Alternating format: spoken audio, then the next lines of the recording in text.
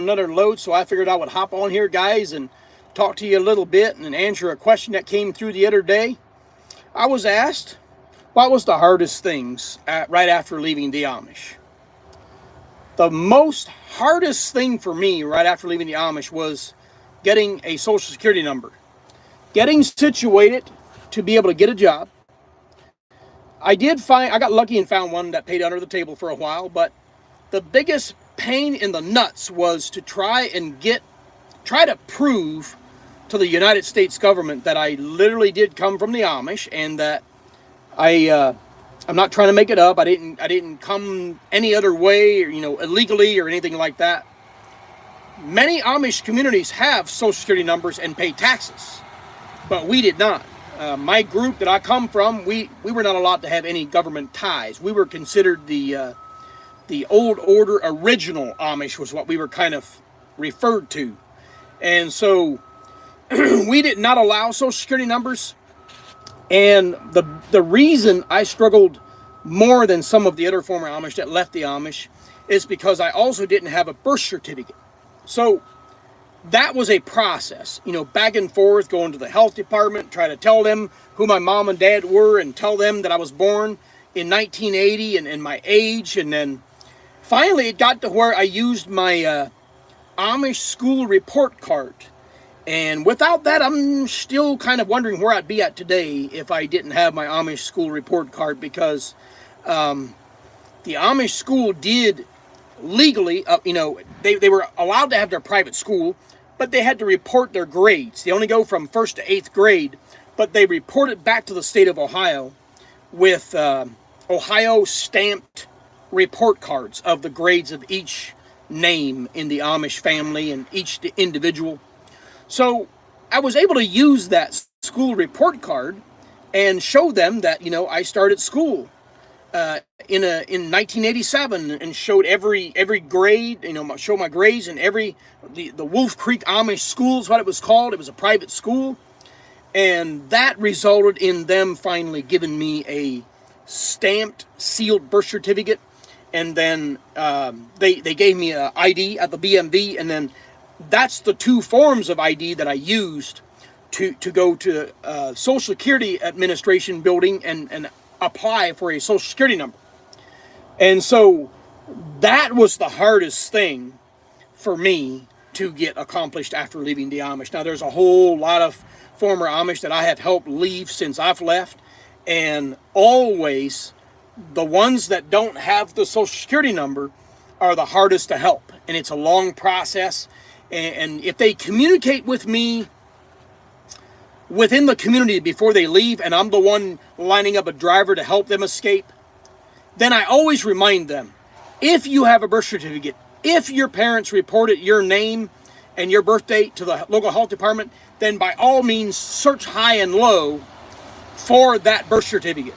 And if you have your school report cards, make sure you bring them. So after my struggle with what I went through, I always remind them, if I'm the one helping them leave, to make sure you got those items, because if you do, you're probably going to be able to have a Social Security number within just months, couple months. Me, it took me 9 months. It was closing in on a year before I got everything situated to where, I had a job like a regular worldly person would, and pay taxes, which, oh boy, was that an eye-opener. I remember my first paycheck after I finally got my Social Security number, and I opened my envelope, and my buddy that was with me that I lived with at the time, and I got the pay stub out, and I said, well, last week I brought home like $800. This week I'm only bringing home like $500. Where's my money? He goes down through there and he says, do you see federal here, state tax here, Medicare tax here, Social Security tax here? And I said, yeah, I see all that, but why are they robbing me blind? He says, welcome to the real world, son. That's when I regretted getting a Social Security number. I was loving my freedom. See, these are the things I didn't know when I left the Amish. I had no idea that all of the taxes that people pay out here we had a 4-digit exemption code, tax exemption code, that we would use to be exempt from many things, to practice our freedom of religion rights under the Constitution. We had a 4-digit code, and as soon as every member in the Amish church that I was in got baptized with, you received that 4-digit code to use when you went places to buy things. There's my exemption code. It's a write-off. You were tax exempt. And so that was a big eye-opener for me when I looked at my pay stub and realized that, well, the government now owns me. So the other hard, I was asked the hardest things for me to get used to after leaving the Amish. The next thing would be just the, obviously learning how to drive, the fast pace of life. I had a lot of anxiety for a while because it was so fast paced. You know, people here, there, everywhere, people going to and fro. You didn't have that in the Amish community. You had more, it was more quiet, more relaxed. You know, people were going everywhere. You go into a store, there's a gazillion people in there. And that was kind of, that brought anxiety. That was a struggle for a while. I'd go into town and there's turning lanes to go this way and that way, and lanes going straight, and there's cars in every lane, and made my eyeballs want to float. I started going crazy for a little while. My buddies, you know, they kind of basically held my hand for a while and helped me along the way. And then technology. You know, when it came to computers, and I didn't want it. They're like, hey, you're now of the world, man. You got to get used to all this and watch movies and put a VCR. I said, I don't need no VCR. I'm good. I rejected a lot of that stuff for a while. I was just happy to have my freedom. I was content just being free. I was enjoying life, and I didn't rush into having a computer or a VCR to plug in a movie and all of those things. I just wanted to have my freedom.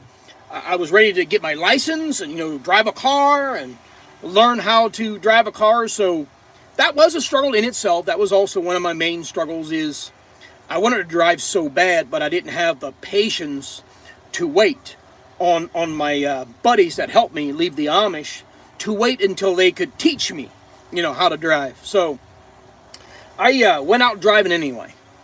Well, he helped me get my first car. You know, I had cash saved up, $1,600 to get a little Plymouth Sundance, I believe it was called, 1992. And I cashed it off, and I didn't want to wait for him to get home, so I said, I'll be able to drive it. Well, I didn't even own this car for 24 hours yet. No tags. He was going to help me get all that. No insurance. No driver's license. No. Thick, bull-headed yoders, you know, we want to do it anyway. So I did. And I'm out there driving in the Amish country, by the way. That's the biggest mistake.